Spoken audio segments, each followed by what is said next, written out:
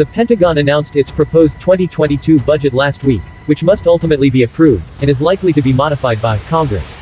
Concern over China's growing fleet and missile arsenal has fueled calls to build a larger navy, requiring a much bigger shipbuilding budget.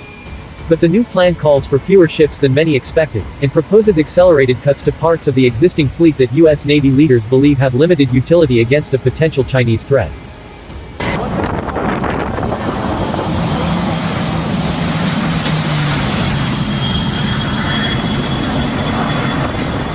The Pentagon statement said that the new budget addresses strategic competition with China through calculated defense investments, especially for the Navy and Air Force. Paying for those particular new investments means that more traditional programs and systems now face cuts.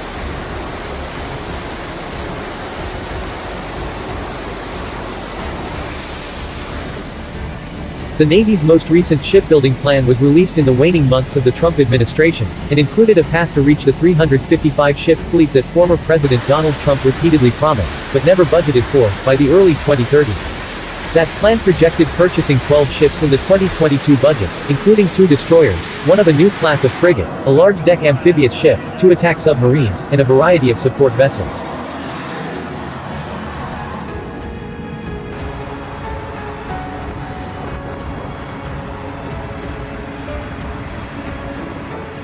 The 2022 Navy budget unveiled at the Pentagon proposes 8 ships. It keeps both planned attack submarines, the new frigate, and several auxiliary support vessels, but cuts 1 destroyer and the large-deck amphibious ship, which is functionally a light aircraft carrier that can launch F-35B fighter jets.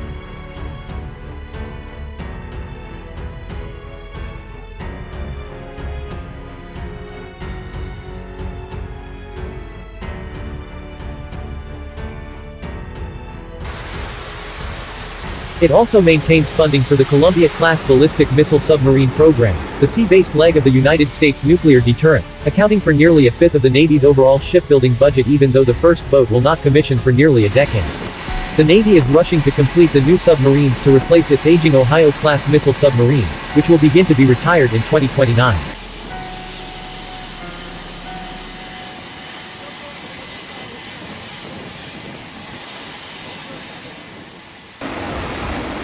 In addition to the smaller-than-expected shipbuilding plan, the budget also cuts more than $1 billion worth of ships, including 7 Aegis cruisers, the 4 oldest Freedom-class littoral combat ships which have been plagued by maintenance problems and still lack a clear mission, and an older amphibious ship, meaning that instead of growing, the U.S. fleet could shrink by 3 ships.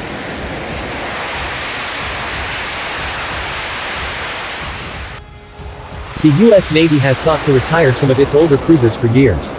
These vessels serve an important air defense mission and are a key part of carrier strike groups, but their maintenance demands are growing larger and less predictable.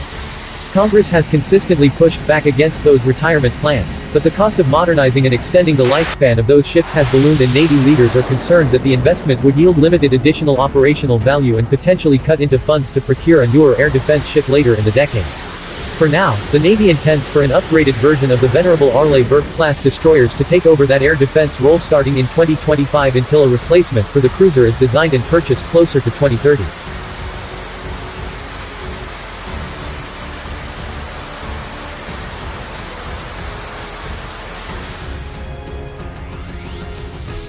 Admiral Ron Boxall, who directs force structure and resource assessments for the Joint Staff, told reporters that the budget divests older, legacy systems to prioritize new, more advanced capabilities. Without divestments, we cannot afford to modernize to the evolving threat environment, he said.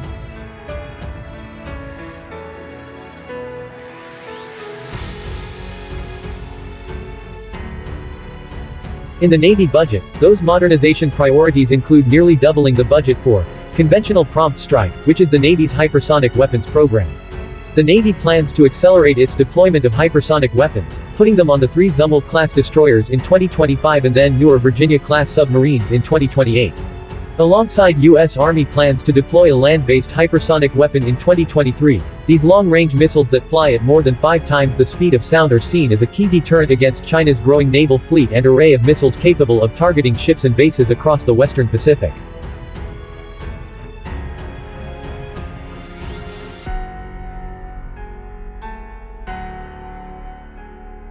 The budget also increases funds for the SM-6 missile, which can perform air and missile defense and can be used against surface ships, and for the Marines' land-based anti-ship missile program.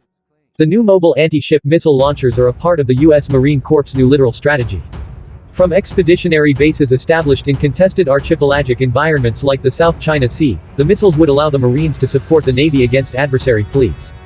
Key to establishing and supporting those bases was supposed to be a new light amphibious warship, but that too was cut from the new shipbuilding budget.